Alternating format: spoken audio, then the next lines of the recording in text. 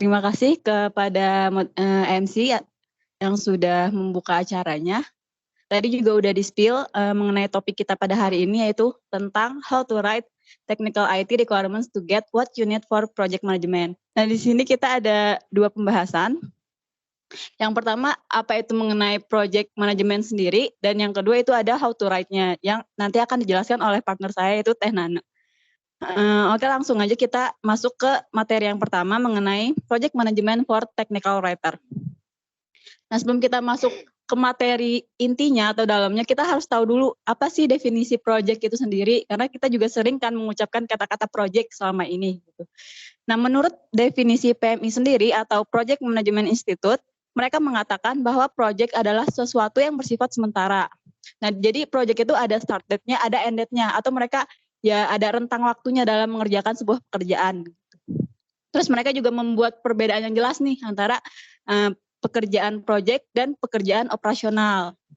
Lalu project merupakan pengembangan sesuatu yang baru yang belum pernah ada sebelumnya. Misalkan kalau itu udah pernah kita bikin sebelumnya, itu nggak bisa kita sebut lagi project gitu. Tapi kalau misalkan itu sesuatu yang baru, itu bisa kita sebut sebagai sebuah project.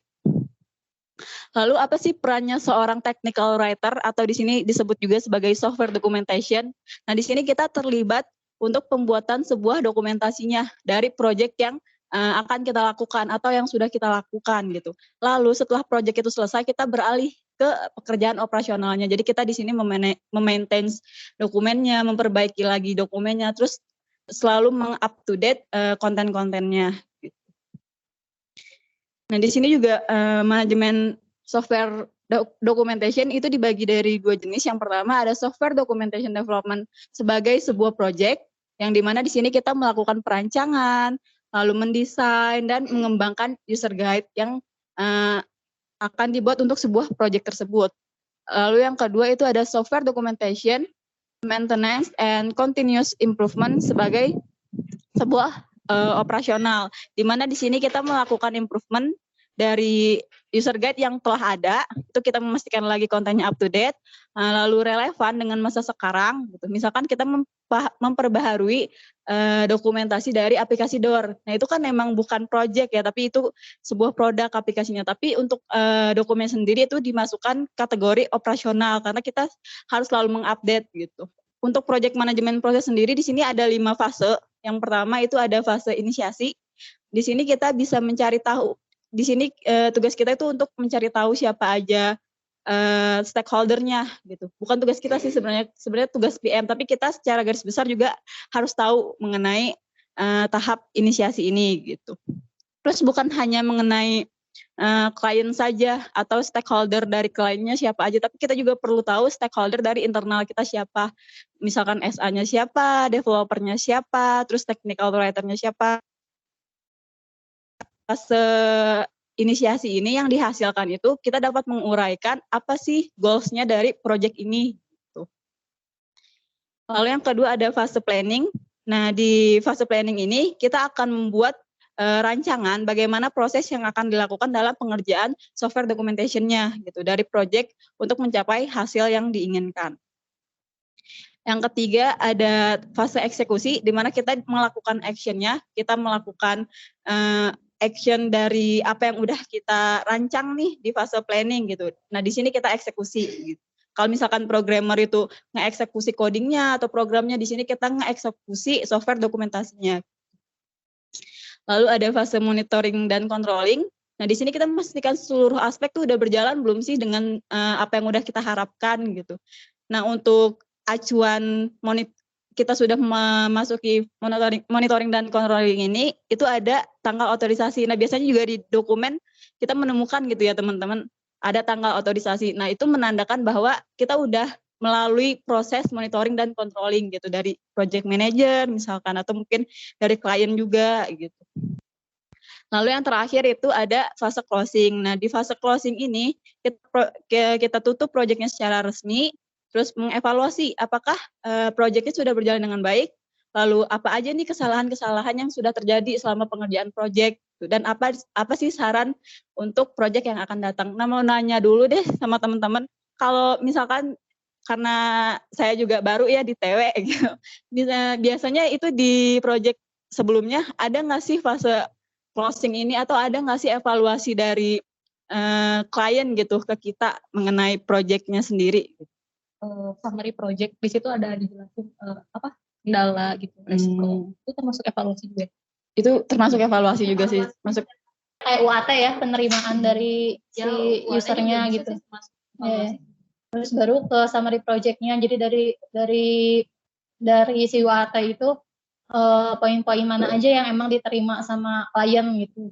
Jadi sebenarnya mungkin udah ada ya kalau secara pekerjaan kita gitu, dari user training dan transfer knowledge terus ke summary projectnya.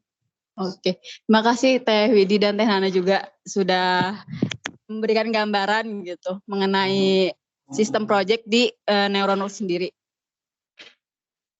Lalu ada yang namanya knowledge area, yaitu hal-hal yang mesti kita ketahui dalam menjalankan sebuah project gitu. Yang pertama ada integrasi, di mana di sini kita menyatukan semua aspek project, hal-hal yang berkaitan gitu. Di sini kita integrasikan semua dan kita harus tahu apa aja sih aspek yang akan ada di project tersebut gitu. Baik itu ruang lingkup, waktu, biaya, kualitas dan sebagainya. Terus ada scope juga. Di sini kita bisa mendefinisikan dengan jelas apa yang akan kita lakukan pada project yang akan kita jalankan.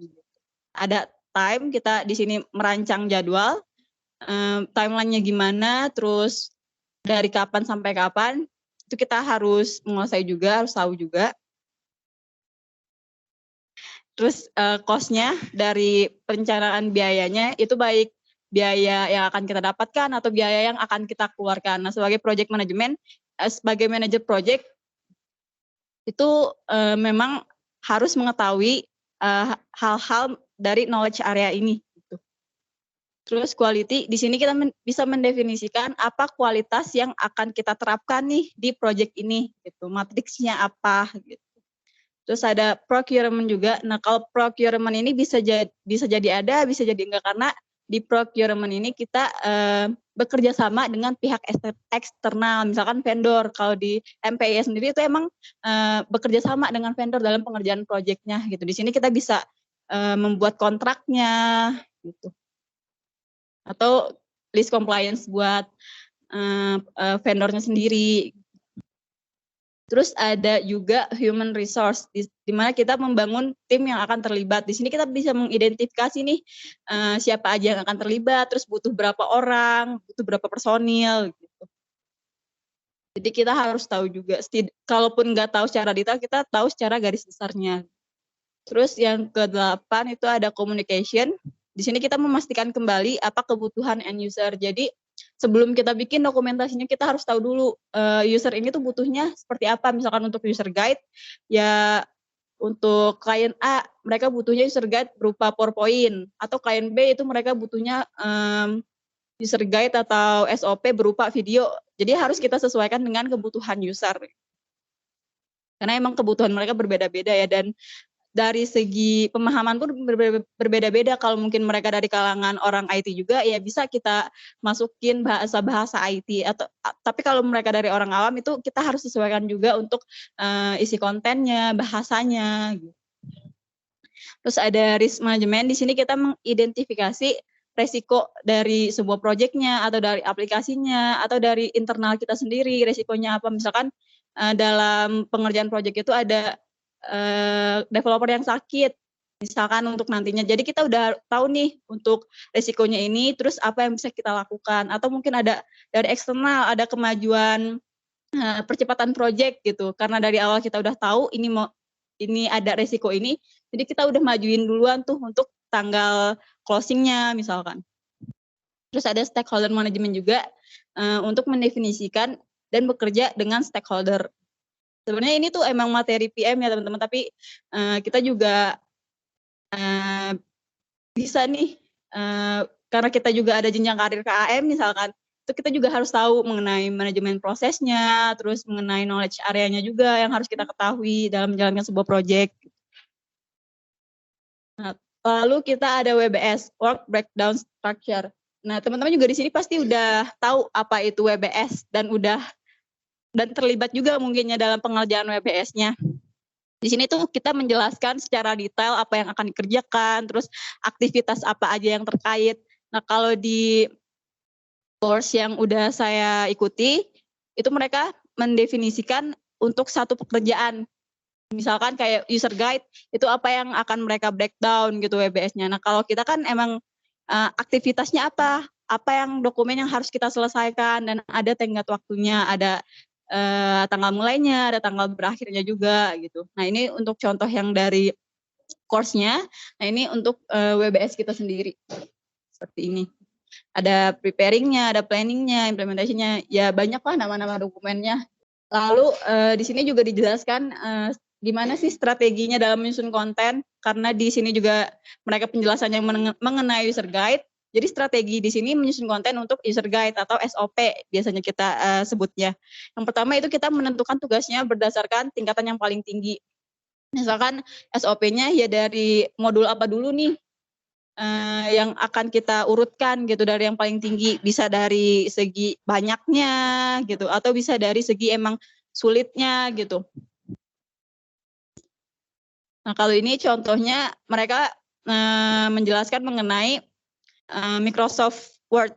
Jadi mereka menyusun kontennya itu mengenai how to insert table, how to create a chart, how to add a footer and header.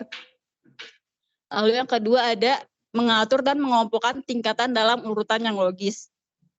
Nah, jadi kita kelompokkan nih, karena emang tadi contohnya Microsoft Word, misalkan untuk how to insert table dan chart tuh masuknya ke penggunaan apa sih, using the insert tab misalkan. Terus ada juga how to change page orientation, itu masuknya ke menu mana, yaitu di using the layout tab gitu. Yang ketiga, tambahkan konsep pendukung untuk tugas yang tingkatannya tinggi. Nah, di sini mereka menggunakan konsepnya menggunakan mind map, yaitu kita memetakan hal pekerjaan-pekerjaan kita dan mengelompokkannya secara berkelompok gitu. Jadi misalkan untuk ya yang tab insert itu kita kelompokkan di tab insert, terus untuk layout tab itu kita kelompokkan di layout tab gitu. Terus menambahkan informasi referensi pada konten yang akan kita susun. Pastinya kalau kita menyusun konten ada dong referensinya. Misalkan kalau untuk SOP kita bisa ngelihat dari test report-nya, atau misalkan kalau SRS itu kita bisa ngelihat dari proposal teknisnya gitu. Kita harus punya referensinya sendiri, nggak bisa tuh kita karang isinya gitu. Di sini juga mereka menjelaskan mengenai Raci Matrix. Nah, Raci Matrix ini tuh bukan nama matrix, Raci Matrix, tapi Raci itu ada singkatannya. Nanti kita jelasin apa aja singkatannya. Nah, ini tuh fungsinya untuk mendistribusikan pekerjaan. Terus Raci Matrix ini merupakan salah satu konsep atau tools untuk membantu mengidentifikasi suatu peran yang tepat untuk para anggota tim. Jadi pada Raci Matrix ini terdapat uraian pekerjaan untuk anggota tim yang terlibat. Jadi pekerjaannya apa, terus orangnya siapa aja, itu kita bisa menggunakan Raci Matrix ini. Untuk pengertian resinya sendiri, yang pertama itu R ada responsible, yaitu penanggung jawabnya siapa. Misalkan untuk sebuah dokumentasi itu penanggung jawabnya ya technical writer gitu. Terus atau mungkin untuk sistem itu ya sistem analis gitu. Terus ada accountable, yaitu yang bertanggung jawab atas penyampaian konten. Nah, kalau untuk dokumentasi sendiri misalkan PM, karena mereka yang bertanggung jawab untuk menyampaikan kontennya ke klien gitu. Terus ada konsultan juga, sebagai orang yang bisa kita jadikan untuk tempat konsultasi nih. Misalkan untuk dokumentasi itu kita bisa konsultannya technical writer senior misalkan. Terus inform ini sebagai orang yang terinformasi saja, jadi mereka nggak terlibat banyak pada dokumentasinya misalkan, tapi mereka terinformasi atas dokumen tersebut. Misalkan programmer, mereka kan nggak ada ya kayak sangkut pautnya sama dokumen gitu. Mungkin mereka cuma membantu untuk isi kontennya. Mungkin mereka membantu untuk isi kontennya, tapi mereka nggak bertanggung jawab nih atas dokumen ini. Ya, mereka bisa disebut sebagai orang yang terinformasi. Nah, ini ada contoh Raci Matrix-nya. Di sini ada apa sih aktivitinya, terus siapa nih sebagai informnya, terus siapa nih sebagai accountable-nya. Di sini ada Ivan, terus ada penanggung jawabnya di sini ada John misalkan. Ini juga bisa diterapkan sebenarnya di pembuatan programnya sendiri atau pembuatan aplikasinya sendiri. Untuk tugasnya apa, terus yang bertanggung jawab siapa gitu. Oke, mungkin sekian dari saya untuk penjelasan mengenai project management for technical writer-nya. Selanjutnya mengenai how to write IT requirements oleh Teh Nane, kepada Teh Nane. Terima kasih ya Saudari Rara. Jadi pada kesempatan kali ini aku mau menyampaikan terkait how to write-nya, karena salah satu item dari project management juga sangkut pautnya yaitu adalah gather requirements, terus output-nya adalah sebuah requirement dokumen. Intinya dari pembahasan how to write ini hanya ada dua, yaitu overview-nya dan how to write-nya atau step how to write-nya gitu.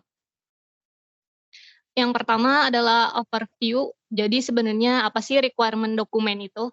Pasti semua juga udah pada tahu lah ya requirement dokumen itu apa. Tapi secara singkatnya gitu ya. Kalau misalnya bisa dijelaskan bahwa software requirement dokumen itu adalah menjelaskan apa aja yang berkaitan dengan software yang akan kita development. Dan item-item besarnya mungkin kurang lebih adalah yang pertama scope dan functionality, kemudian flow, kemudian preview design, kemudian teknologi. Lalu masuk ke step how to write-nya. Di sini ada 4 item besar terkait dengan how to write requirement dokumen tersebut. Yang pertama adalah put raw ideas, yang kedua adalah define scope, yang ketiga adalah define flow, dan yang keempat adalah filling in the gaps atau melengkapi hal-hal detail. Kita langsung masuk ke step pertama aja, yaitu put raw ideas. Apa sih sebenarnya gitu ya di step ini, put raw ideas ini?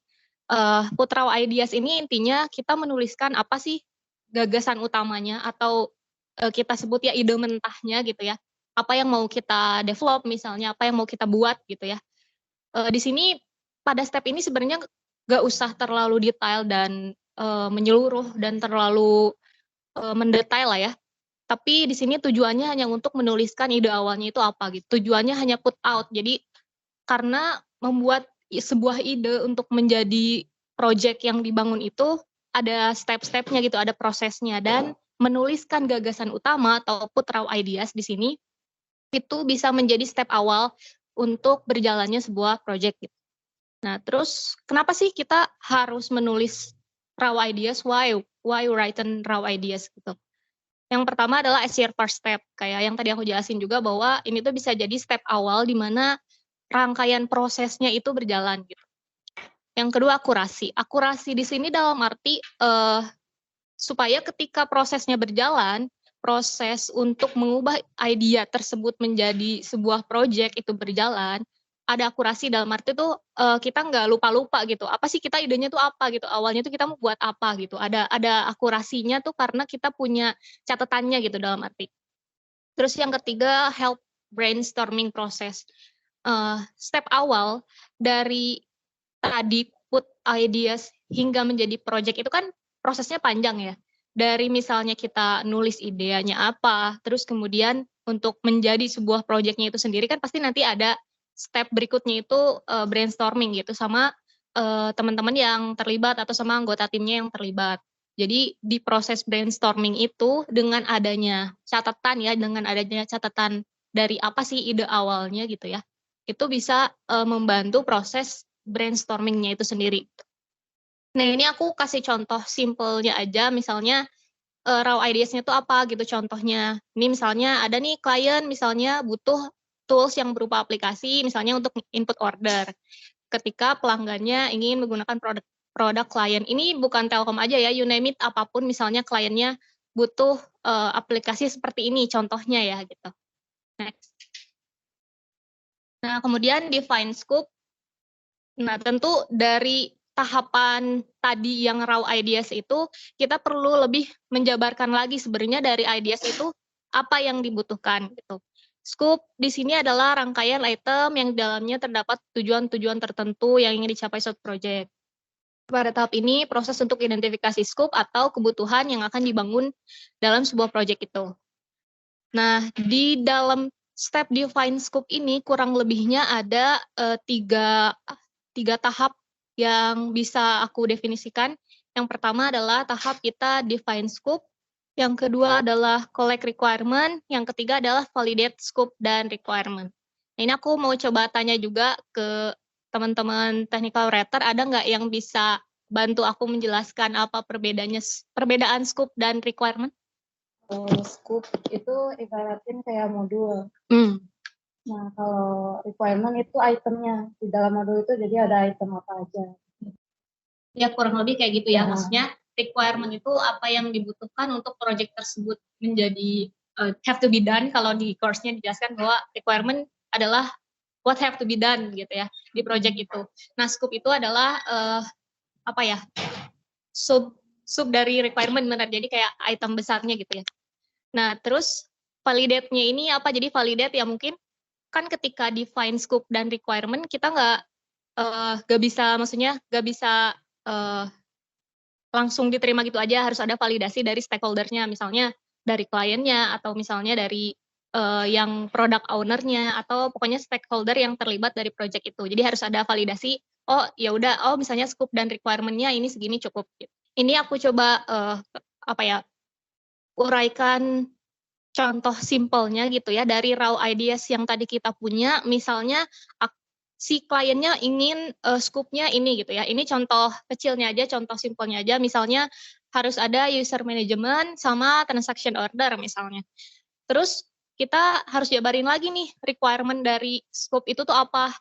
Nah, ini juga aku beri contoh simpelnya juga. Misalnya user management, ternyata dia butuh requirement untuk buat user baru, atau misalnya edit user, delete user. Kemudian transaction order misalnya butuh activation order, cancel order, terus tracking order. Nah, ini misalnya di step define flow, atau ini adalah tahap di mana kita harus lebih memproses lagi nih dari tadi ide, dari tadi misalnya scope, terus kemudian kita harus jabarkan lagi untuk masing-masing requirement, seperti apa flow untuk requirement tersebut gitu. Jadi misalnya, ini aku ambil contohnya satu aja dari yang tadi itu, misalnya contohnya adalah activation order misalnya. Nah, ini aku bikin contoh yang ini aja, maksudnya menurut pemahaman aku simpelnya gitu. Misalnya kayak gini, ada input, terus input data, terus input NIC, terus kemudian divalidasi di dukcapil system, terus input installation, package, sampai ke save order. Nah, kemudian di tahap selanjutnya yaitu step filling in the gaps. Jadi di sini kita menginputkan hal-hal yang lebih jauh terkait requirement yang kita punya. Lebih mendetail dan lebih jelas gitu ya. Yang pertama, aku mau mulai dari yang sini, add details to each requirement. Kita harus di sini menjabarkan bahwa description-nya tuh apa, requirement ini tuh tentang apa. Kemudian actions di sini lebih detail lagi. Misalnya di requirement itu kita butuh input data apa sih gitu ya. Ini contoh aja, misalnya nama, nomor handphone, alamat, kemudian paket yang mau dipakainya apa misalnya. Terus di situ dijelaskan juga data type-nya apa, kemudian seberapa besar, dalam arti itu kalau misalnya di database kan ada kayak misalnya nama terus lengthnya berapa, misalnya 20 karakter gitu ya. Terus kemudian data validation yang dibutuhkan, misalnya apa sih data yang harus benar gitu ya, diisi dengan benar. Misalnya nomornya harus terdaftar, terus emailnya harus berupa email yang valid gitu. Terus kemudian ada acceptance kriteria. Jadi kriteria di mana requirement ini disebut diterima gitu ya. Itu yang pertama, misalnya contohnya form input datanya harus sesuai gitu ya. Terus misalnya ordernya berhasil dibuat gitu ya, ada notif. Gitu. Terus kemudian ke technical details. Ini maksudnya technical programming ini apa aja ya? Apa aja yang berkaitan dengan teknisnya gitu. Ini framework dan responsiveness ini sebenarnya contoh aja. Apapun misalnya yang dibutuhkan ditaruh di situ di technical details. Terus kemudian integration system, misalnya requirement itu butuh integrasi sama sistem apa gitu. Misalnya kayak tadi, misalnya butuh integrasi sama sistem payment misalnya. Terus integrasi dengan emailing system. Jadi ketika ordernya berhasil dibuat, misalnya harus kirim email ke pelanggan misalnya gitu. Terus add legal requirement ini kita menuliskan bahwa requirement ini butuh hal-hal yang bersifat personal tuh dalam arti kayak misalnya data-data penting gitu ya, atau data-data yang sangat personal yang nggak boleh dipublikasi. Misalnya kayak tadi kan ada input KTP, itu kan sebenarnya rahasia ya gitu ya, kalau kita bilang misalnya nggak boleh disebar sembarangan. Nah, legal requirements ini adalah kita harus menuliskan jika requirement itu butuh hal-hal seperti itu, maka di situ harus didefinisi gitu, di dokumen requirement-nya itu harus didefinisikan. Misalnya di requirement ini butuh nih misalnya KTP atau misalnya tanda tangan gitu ya yang bersifat sangat personal dan rahasia. Nah, di situ harus dibuatkan sebuah disclaimer atau kayak term and condition di mana si pelanggannya harus klik nih checklist bahwa dia menyetujui kalau misalnya si data itu digunakan gitu. Nah, terus belum add visual elements yang terakhir yaitu menambahkan mockup atau capture jika diperlukan gitu ya sebagai visualisasi. Ini adalah bentuk dari aku bikinnya ke samping, kalau kita punya requirement dokumen kan ke bawah. Contohnya jika misalnya requirement dokumennya itu dibuat berdasarkan course yang tadi gitu ya.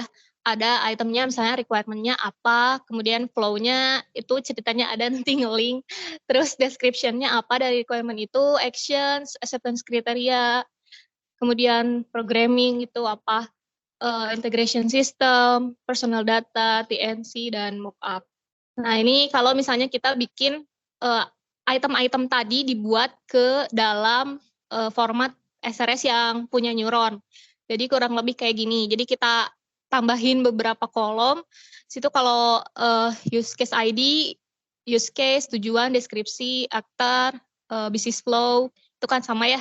Terus kemudian ini aku tambahin berdasarkan dari penjelasan yang tadi, ada action, kemudian validasi data, acceptance kriteria, technical programming, integration system, personal data, term and condition, mockup, terus aku sambung lagi ke asumsi dan kondisi awal dan kondisi akhir yang memang sudah ada dari template sebelumnya. Kurang lebih kayak gini kalau misalnya kita melakukan adjustment template requirement dokumennya yang sudah kita punya sekarang, jika ditambahkan item-item yang tadi aku jelaskan sebelumnya di step filling in the gaps. Nah, ini ada praktikal ya aku sebut aja praktikal. Jadi sebenarnya kurang lebih apa yang kita punya sekarang di neuron itu kurang lebih udah sama gitu stepnya dengan apa yang aku jelaskan tadi. Kalau misalnya aku harus aku coba jelasin dari masing-masing poin.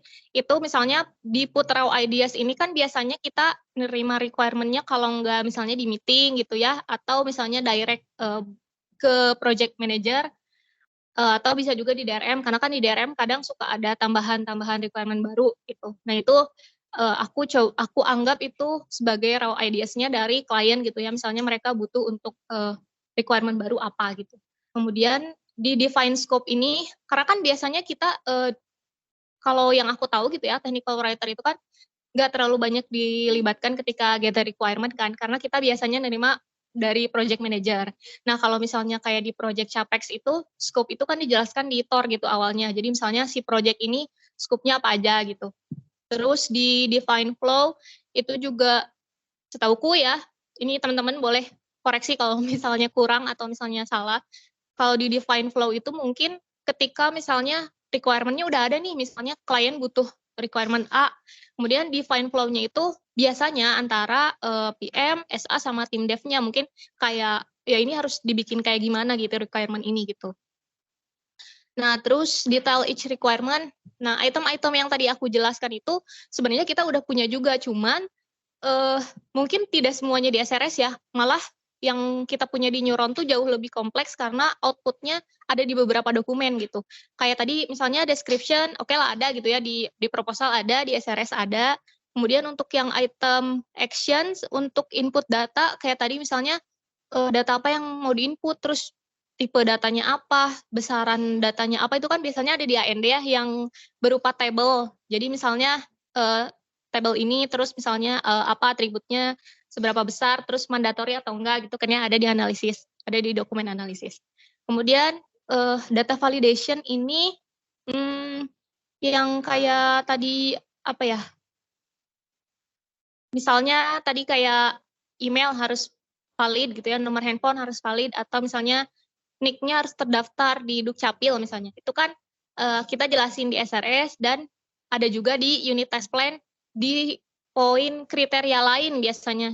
Kriteria lainnya misalnya password-nya harus benar kayak gitu. Itu kalau setahu aku gitu ya, ada dituliskan di SRS dan di unit test plan. Terus acceptance kriteria juga ada di unit test di step apa ya, yang tes ini dinyatakan berhasil apabila bla bla bla gitu ya, itu kalau nggak salah ada di unit test. Nah, terus technical programming ini hal-hal yang berkaitan dengan teknis itu ada di infrastruktur plan. Tuh detail-detailnya apapun yang terkait kayak web server, OS dan lain-lain. Itu ada di dokumen infrastruktur plan. Kemudian apa ini? Integration system itu juga dijelasin di SRS ada dan ada di dokumen System Integration Test Plan juga. Terus legal requirements ini setahu aku belum ada. Kalau misalnya memang perlu ditambahkan mungkin bisa di dokumen SRS-nya gitu. Terus visual elements, kalau saat ini mungkin masih hanya di unit test report dan di SOP aja ya setahu aku. Ada lagi nggak di dokumen yang selain itu? Visual capture gitu. Oh ya, user training ya, sama-sama SOP ya. Ya, user training. Test report berarti SOP user training juga. Nah, jadi kalau misalnya secara kesimpulan, sebenarnya ya kurang lebih step yang ada di Neuron itu sudah sama gitu dengan yang aku jelaskan tadi, malah jauh lebih kompleks sebenarnya gitu. Sebenarnya kalau misalkannya di kita kan belum ada standarisasi dokumentasi itu dikatakan baik gitu ya, selain dari user. Nah, selama ini kalau misalkan di project Capek, khususnya di WDS, itu kan nggak ada feedback balik tuh gitu dari si klien gitu. Di sini kan klien kita Telkom. Menurut Rara sama Tenana, standarisasi dokumentasi yang baik itu tuh harusnya seperti apa ya, selain feedback dari user gitu. Karena jarang-jarang nih user tuh ngasih feedback balik ke kita gitu. Setelah dokumentasi dikasihkan ke user tuh bahkan nggak pernah gitu user tuh ngasih feedback ke kita gitu. Kecuali kalau misalkan memang feedbacknya tuh berupa template baru gitu, atau misalkannya ada perubahan kayak waktu itu kan belum ada tanggal otorisasi ya, terus ditambahkan tanggal otorisasi. Nah itu baru ada feedback tuh dari user gitu. Menurut Tenana sama Rara tuh kayak gimana gitu standarisasi dokumentasi yang baik gitu. Terima kasih. Oke, jadi tadi pertanyaannya mengenai ya standarisasi dokumen kita gitu ya, dari feedback yang udah dikasih sama klien itu sendiri gitu. Nah, kalau menurut Rara sendiri, karena Rara juga pernah kan di marketing, itu kan juga ada nih klien gitu. Nah, itu kita nyebarin kuesioner gitu untuk mengenai pelayanan kita, atau mungkin buat aplikasinya gimana. Mungkin untuk tahap dari tadi kan ada fase closing yang udah Rara jelasin. Nah, itu bisa kita terapin tuh. Kita bisa ngasih feedback kita bisa ngasih kuesioner feedback nih ke misalkan tadi ke Telkom. Itu mereka bisa ngisi kuesioner itu bisa meliputi mengenai proyeknya, bisa mengenai dokumentasinya juga gitu. Jadi kita tahu nih mereka puas nggak sama dokumentasi yang udah kita bikin, mereka paham nggak, mereka ngerti nggak. Kalau dari Rara sih mungkin itu gitu. Mungkin ada tambahan dari Teh Hina. Kalau menurut aku, kan aku setuju juga gitu ya sama Teh Puji, karena sejauh ini tidak ada evaluasinya gitu, bahwa apa sih yang sudah kita buat ini bener atau enggak gitu ya, atau jangan bagus dulu deh, bener atau enggak dulu gitu ya. Gitu dulu deh. Gitu paham dulu. Kalau menurut aku ya mungkin karena ya kalau misalnya ekspektasinya ada evaluasi dari pihak lain gitu ya, mungkin bisa coba cara Rara gitu ya, misalnya gimana caranya misalnya bikin kuesioner atau apa gitu. Tapi aku mencoba untuk menjawab misalnya dari segi kitanya dulu deh gitu ya, sebagai technical writer pasti kita punya apa ya, standar juga gitu ya dengan apa yang kita buat gitu. Misalnya menurut aku nih misalnya kayak yang udah kita selalu dengar dari dulu, misalnya selalu double check gitu ya, kayak double check itu kan bisa kita kontrol. Kalau misalnya kayak tadi dari Rara kan sebenarnya itu kan dari pihak lain, itu kan bukan nggak bisa kita kontrol juga sih, tapi kan misalnya melibatkan banyak orang ya. Tapi kita bisa dari diri kita dulu nih, misalnya pastikan make sure misalnya kita selalu double check apa yang kita buat, setidaknya gitu ya, jangan tidak benar dulu deh misalnya, tapi kita udah make sure bahwa itu cukup rapih gitu ya, cukup dengan baik di standar kita dulu deh gitu ya sebagai technical writer, misalnya nggak ada typo, jelas, misalnya cukup rapih, dan kayak misalnya nggak ada salah tanggal, misalnya tanggal UAT-nya harusnya 15 jadi 12 gitu, kayak gitu dulu deh dari kitanya dulu gitu. Kalau misalnya kitanya udah menaruh kayak gitu, disiplin ke diri kitanya sendiri, kalaupun misalnya memang belum sangat sempurna, tapi setidaknya day by day-nya kualitasnya bisa lebih baik gitu. Kalau dulu kemarin yang aku tahu ya, waktu pas aku magang dan beberapa tahun setelahnya dapat info dari teman-teman TW yang lain juga, kan dulu mah kayak ada koor TW ya, Terati atau siapa gitu ya. Jadi standar dokumen yang emang udah ada tuh masih dicek juga gitu sama koornya gitu. Jadi kalau misalkan sekarang kenapa nggak ada feedbacknya ya, mungkin karena udah prosesnya itu udah lama banget ya, dari awal kita pernah buat dokumen kerja sama-sama Telkom sampai sekarang tuh kayak mungkin emang kayaknya Neuron juga udah bisa berjalan dengan baik ya tanpa harus dicekin lagi gitu. Mungkin di kita juga sama aja ya, kenapa nggak ada koor, ya udahlah, orang semua TW-nya juga udah di transfer knowledge gitu, gimana cara ngerjain dokumennya dengan dengan SOP atau user manual yang udah kita punya gitu. Jadi kalau misalkan mau ada feedback lagi, mungkin ya itu dari koornya lagi ya, harus ada koornya gitu. Kalau ke PM, kalau misalnya kita nanya ke PM juga kan belum tentu dibaca juga ya, belum tentu gitu. Tapi kalau misalkan dalam case aku selama aku kerja di sini gitu, emang ada beberapa kali dokumen aku dikasih feedback gitu ya, banyak lah apalagi di tim sebelumnya gitu. Cuma kalau sekarang juga kadang masih ada lah tipis-tipis, ya oke lah gitu. Kalau dari teman-teman yang lain nggak ada, justru mungkin lebih bagus ya kerjanya gitu. Gitu sih. Tapi maksudnya aku coba nanya lagi, maksudnya menurut kalian gitu ya masing-masing sebenarnya kita butuh banget nggak sih feedback itu? Maksudnya apakah kita akan terus bergantung gitu, maksudnya itu ya perlu di review terus kah gitu, atau gimana ya? Menurut kalian gimana? Kalau aku pribadi ya, kalau dari aku pribadi, Kumi gimana? Sepuh. Maksudnya kalau Kumi pribadi kayak sejauh ini nih butuh gak sih review gitu? Butuh gak sih ada feedback saya dari pihak luar gitu? Butuh sih, karena kan kita dapat requirement-nya kan beda-beda gitu ya. Pasti kan kontennya juga kan ya beda gitu. Maksudnya tuh secara konten ya. Kalau dari sisi struktur gitu. Ya. Kayak misalkan apa itu misalkan di SRS apa itu use case, apa itu bagian tujuan, apa itu seperti kan kita udah tahu gitu dari SOP dokumentasi yang sebelumnya gitu. Dari sisi konten gitu ibaratnya sih. Terus kalau misalnya kayak sekarang kan ya kayak tadi Widi jelaskan juga kan udah nggak ada koor gitu, terus misalnya sama PM juga cuma sekilas doang, itu gimana gitu? Ya udah aja gitu. Yang penting ya prinsip kita kalau misalnya udah selesai gitu ya minimal kita minta review juga ke PM. Sheila gimana sih?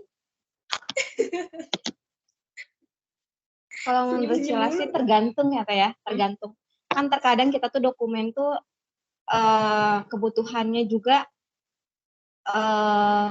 karena deadline ya. Terkadang kita tuh dikejar-kejar deadline, misal kayak misal jam 10 udah harus ada, dan itu Teh kalau menurut Sheila Tidak perlu kalau misalnya dokumen-dokumen tertentu dan waktunya juga senggang gitu, itu boleh lagi minta review. Berarti tergantung kondisi. Tapi kan berarti kalau begitu sepakat ya, maksudnya berarti yang lebih penting tuh dari diri kitanya dulu kan sebenarnya. Kalau untuk aku sih kayaknya emang butuh banget gitu biar kita tahu kemampuan kita tuh udah sampai mana aja gitu, dan emang itu tuh emang bener atau enggaknya gitu. Kalau untuk feedback kayaknya dari aku segitu, tapi aku mau buka diskusi tentang hal ini, boleh nggak Teh? Tentang SOP nih. Kayaknya aku sendiri yang buat SOP itu kadang apa ya? Koream gitu ya bacanya. Ada yang sama nggak sih rasanya? Ya, benar kan ya? Apalagi kalau misalkan dokumennya itu panjang dan banyak banget. Apalagi di project itu kan, dalam satu project ada beberapa aplikasi gitu. Nah, ada nggak sih masukan dari Teh Rara atau Teh Nane gitu untuk bisa apa ya, minimal gitu, dari kan tadi tuh kita mau tampilannya lebih rapi atau gimana untuk menarik si user buat bisa membaca gitu. Apalagi kalau misalkan untuk SOP Door gitu ya, itu kan produk kita, biar si calon klien itu jadi tertarik gitu. Oh, ternyata ini tuh ada fitur ini, yang itu menarik dan bermanfaat banget gitu buat perusahaan mereka. Oke, makasih ya Yanti atas pertanyaannya. Nah, kalau untuk menyinggung tadi Dor ya, untuk SOP-nya, itu sebenarnya kita ada berbagai macam jenis SOP sih. Nah, dari TW dulu kan ada ngasih, apa sih namanya, SOP nih dari TW kayak gini. Nah, itu biasanya kita marketing tuh kayak nge-remake lagi, bukan nge-remake, kayak ya bikin desain baru gitu. Misalkan kayak di Canva itu kita bikin lagi biar usernya gampang pahamnya. Itu kayak misalkan mereka pakai fitur aja, karena kan mereka nggak pakai semua fitur ya. Jadi mereka misalkan pakai fitur attendance saja, itu kita bikin gitu. Jadi ya misalkan kayak kalau kita di Door, kita kan udah dapet nih SOP dari TW. Nah itu kita recreate lagi gitu.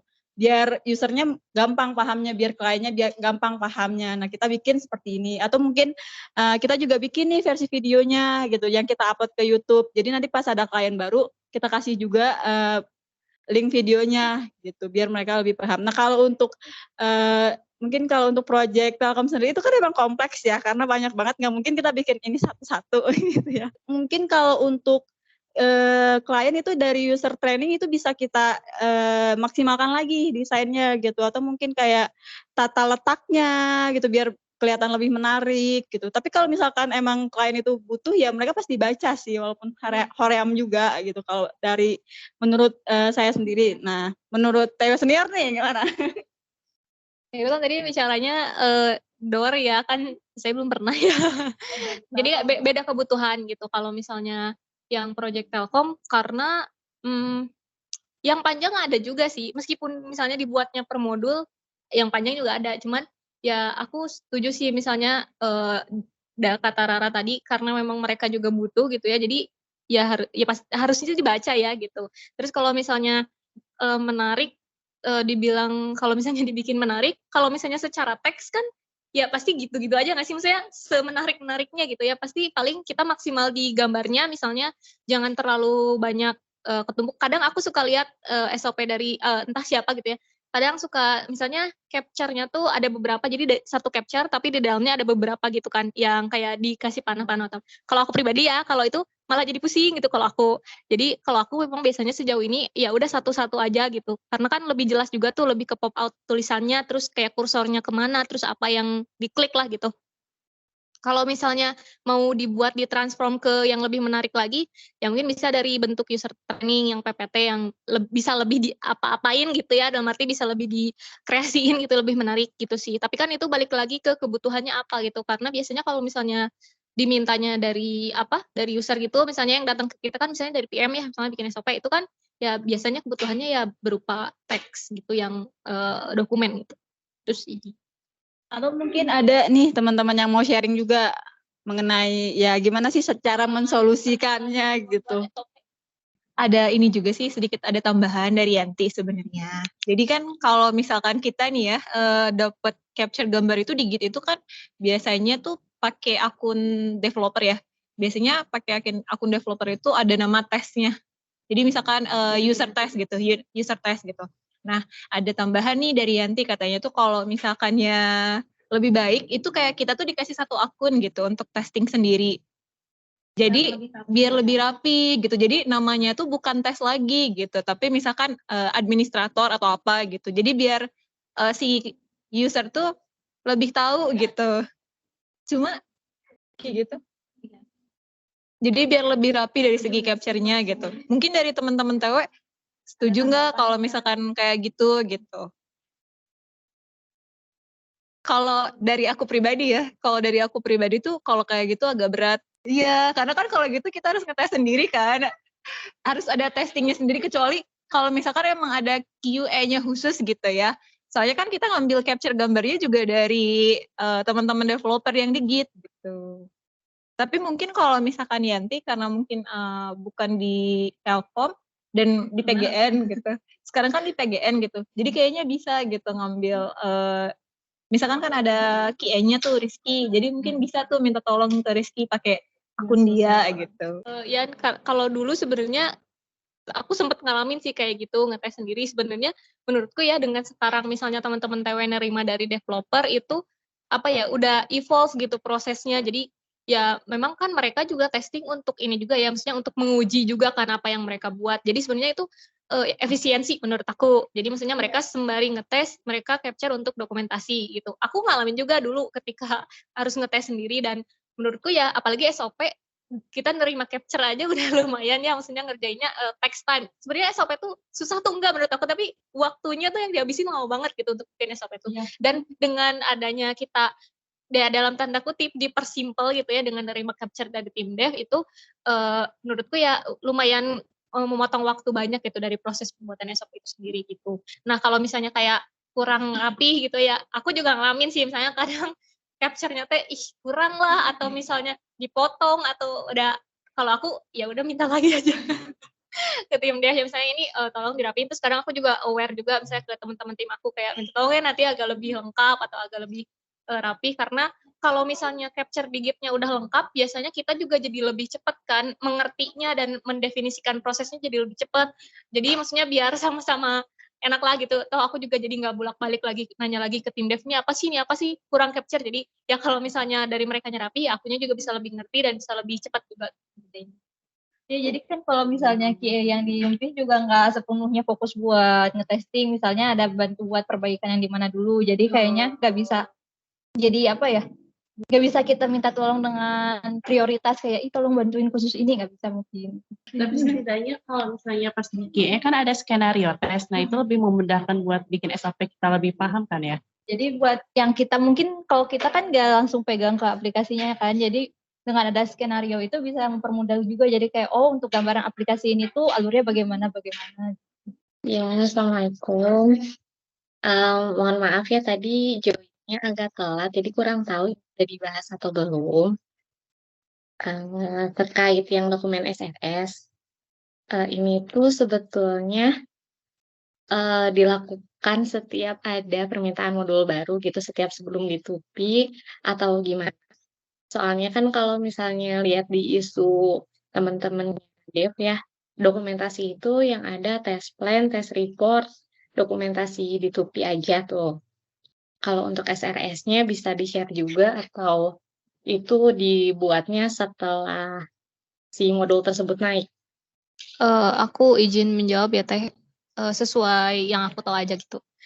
Sebenarnya ya betul, untuk saat ini karena yang per modul itu dan di store di Git itu hanya dokumen UAT, kemudian D2P, dan kalau sekarang ada tambahan performance gitu. Nah untuk SRS operasional ini sendiri sebenarnya kalau buat aku pribadi masih jadi bahan evaluasi ya, karena kadang masih suka ke-skip gitu ya dengan manajemen permintaan dokumen yang lain gitu ya. Jadi kadang masih suka kelewat-kelewat gitu. Jadi kalaupun misalnya memang dibuat untuk saat ini belum sampai tahap di store ke Git sih sebenarnya. Tapi ya memang kalau misalnya jika memang diperlukan gitu sebenarnya bisa ditambahkan. Cuman kan kalau pemahaman aku ya, kan SRS itu kurang lebihnya pendetailan atau penjabaran tentang requirement tersebut kan. Biasanya atau harusnya gitu ya di setiap isu itu sudah ada apa ya definisi atau deskripsinya dari PM harusnya, sama flow-nya juga untuk tiap-tiap requirement. Karena kan SRS yang biasa dibuat sama teman-teman TW biasanya nge-refer ke situ gitu ya, informasinya dari situ. Karena ketika misalnya requirement itu masuk, terus kemudian dibuat isunya, kalau yang aku tahu harusnya mekanismenya di isu tersebut sudah ada penjelasannya terkait requirement tersebut itu apa, dan flow-nya seperti apa, itu dari PM, setahu aku. Nah, dari situ teman-teman TW membuat ke dokumen requirement-nya gitu ya. Untuk saat ini dan masih jadi bahan evaluasi juga buat aku, memang si SRS operasional ini belum cukup baik lah gitu. Jadi progresnya tidak bisa mengejar dokumen UAT yang lebih cepat dan lebih banyak gitu. Jadi memang harus dievaluasi itu gitu ya, harus diperbaiki. Tapi kalau misalnya memang dibutuhkan untuk misalnya teman-teman support, mungkin nanti di kemudian hari bisa bisa di-adjust lah gitu untuk si requirement itu ada dokumen requirement-nya yang disimpan di masing-masing git-nya gitu sih. Oke, pertama ada titipan pertanyaan dulu di Q&A dari Teh Dwi. Jadi aku bacain dulu ya, karena Teh Dwi lagi nggak bisa open mic, sorry. Jadi pertama adalah question tentang dari yang Teh Nana jelaskan terkait gathering requirement sudah cukup jelas, tapi untuk atributnya sendiri lumayan banyak ya. Hampir mencakup yang ada di analisis juga. Adakah cara yang paling efektif dan efisien untuk menuliskan kebutuhan user? Karena kadang pada saat kayak gathering requirement itu kadang terbatas waktu. Kalian ada agenda lain. Nah, gimana caranya membuat dokumen gathering requirement yang efektif tapi meminimalisir juga mispersepsi dari klien gitu. Mungkin itu dulu yang bisa yang ditanyakan nanti yang dari aku setelah di pertanyaan dari Teh Wi. Coba izin menjawab ya. Kan tadi misalnya proses gather requirement-nya cepat dan gimana supaya tidak mispersepsi. Supaya tidak mispersepsi dari Kalau kliennya. menurut aku ya, opini aku, kalau misalnya kayak nulis, itu kan jatuhnya sama kayak kita mencoba menangkap apa sih kebutuhannya gitu ya, dengan misalnya tempo pembicaraan juga yang cepat gitu biasanya. Kalau misalnya kita expect untuk semuanya dibuat seperti tadi gitu ya, atributnya kita tulis gitu semuanya, itu kan memang pasti agak susah gitu. Kalau misalnya langsung dalam satu waktu bisa disimpan semua menjadi sebuah tulisan gitu ya, apa yang dibahas dengan klien. Tapi kalau menurut aku sih yang bisa dilakukan adalah ya kita tulis ini dulu aja, kayak misalnya kayak tulis catatan di tempat yang lain, misalnya di Notepad atau di Telegram gitu ya, di save message atau di manapun yang kita bisa nulis dulu secara cepatnya gitu ya, biar ketulis dulu lah intinya kayak gitu. Terus kemudian nanti dikembangin lagi ke bukan template, ke item-item tadi, kayak atribut-atribut tadi yang agak banyak gitu ya. Kalau misalnya memang tidak bisa diterima informasinya dari ketika proses gather requirement-nya, mungkin ya nanti bisa dikoordinasikan lagi di lain waktu gitu, untuk atribut-atribut lain yang harus ada di requirement dokumennya gitu. Gitu sih kurang lebih ya menurut aku. Kalau misalnya ada yang ditambahin, Rara, atau teman-teman TW lain? Aku mungkin mau nambahin sedikit dari jawabannya. Jadi template-templatean itu sebenarnya kita ada tapi belum kita standarisasi atau bakukan gitu ya. Pertama, template untuk gathering requirement itu sendiri sebenarnya udah pernah dicoba di-apply, dicoba terimplementasikan dalam trainingnya SA. Nah, di dalam training SA itu sendiri, form gathering requirement yang efektif lah ya, yang to the point, terus juga efektif dan efisien mungkin ya, dan tidak keluar dari jalur dalam gathering requirements itu sendiri, itu ada sebenarnya gitu ya. Memang belum sejauh kita coba terimplementasikan atau terdokumentasikan dengan baik juga, tapi itu ada kayak rules dalam gathering requirements itu sendiri, apa sih yang perlu kita lengkapin, apa yang perlu kita tanyakan untuk melengkapi apa nanti hasil dokumen yang kita harapkan gitu, atau apa yang requirements apa yang ingin kita dapatkan dalam pertemuan tersebut.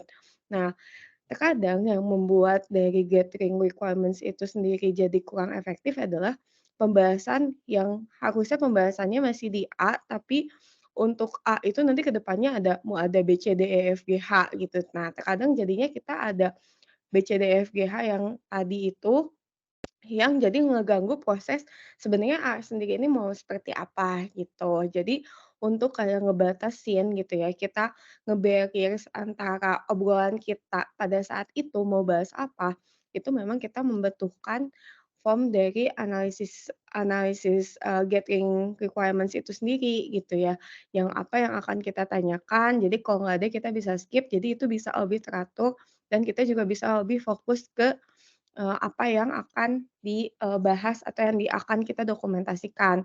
Nanti kalau ada tambahan B, C, D-nya gitu ya, ada permintaan-permintaan lain itu bisa kita tuliskan di bawahnya dan itu jadi untuk next ke pertemuan lain gitu yang pembahasannya, tidak ada di course itu.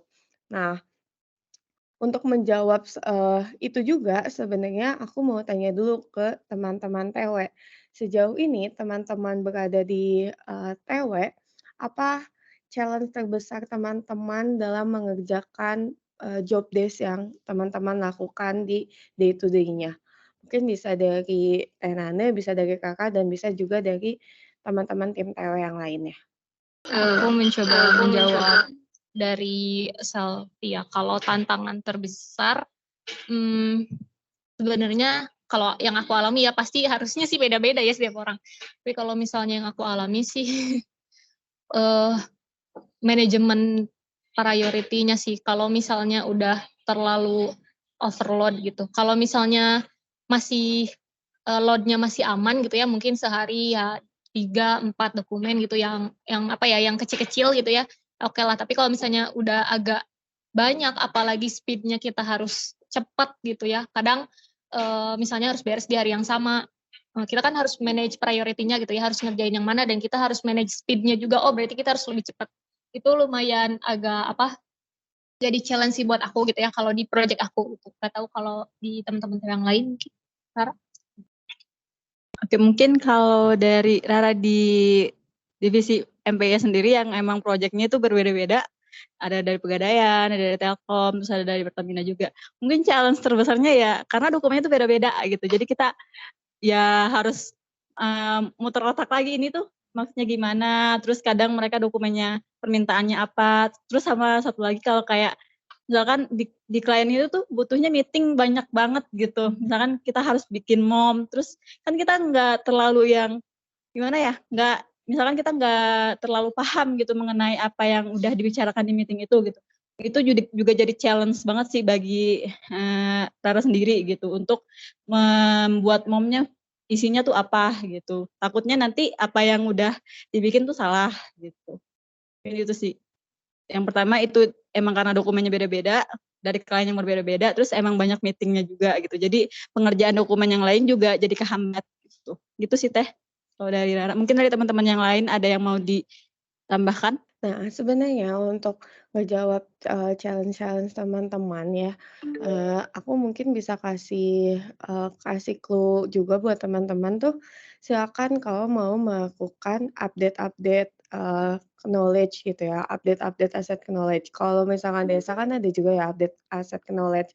Nah, kalau teman-teman di TW bisa mengupdate juga dokumen-dokumen yang teman-teman pakai gitu. Jadi teman-teman TW yang ada sekarang gitu ya, bisa berkumpul dalam suatu hari, terus teman-teman membahas tentang update-update, yang akan diupdate dalam suatu dokumennya.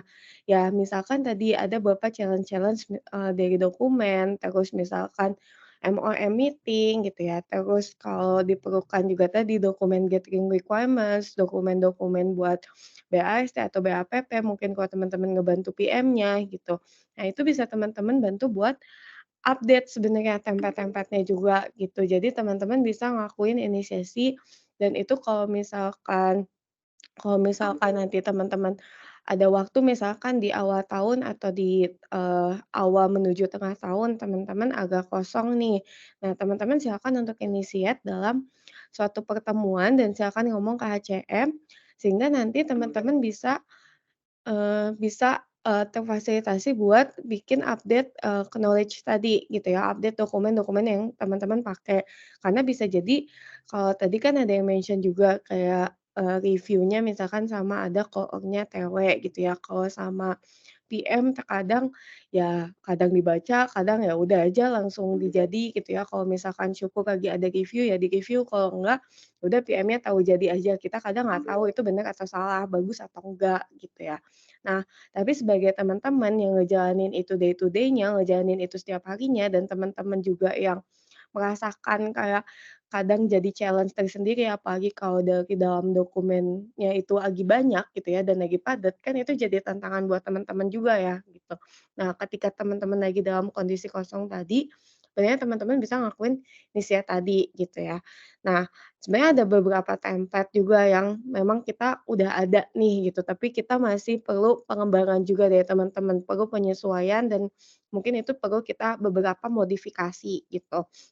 Modifikasi dalam hal mana sih yang lebih sering dipakai sama kita gitu ya dalam form kalau dalam form sendiri atau dalam template sendiri, mungkin sebenarnya nggak semuanya itu terpakai atau menjadi kebutuhan priority di kita. Bisa jadi ada yang kayak harus kita tambah kurangi atau malah harus ada kita tambahkan karena keseringannya atau kecenderungannya dari si klien melakukan hal tersebut. Nah, teman-teman juga bisa berdiskusi dalam hal tersebut gitu. Jadi, oh biasanya kalau aku lagi meeting-nya sama, eee, perusahaan P, aku isinya kayak gini nih gathering requirements-nya gitu. Kalau sama perusahaan T biasanya kayak gini, terus sama perusahaan lain seperti apa gitu. Karena bisa jadi nggak semuanya tuh sama sebenarnya gitu, kayak gitu. Jadi nanti aku coba, di awal tahun mungkin ya, di awal tahun mungkin, teman-teman juga bisa berkumpul, nanti aku coba juga,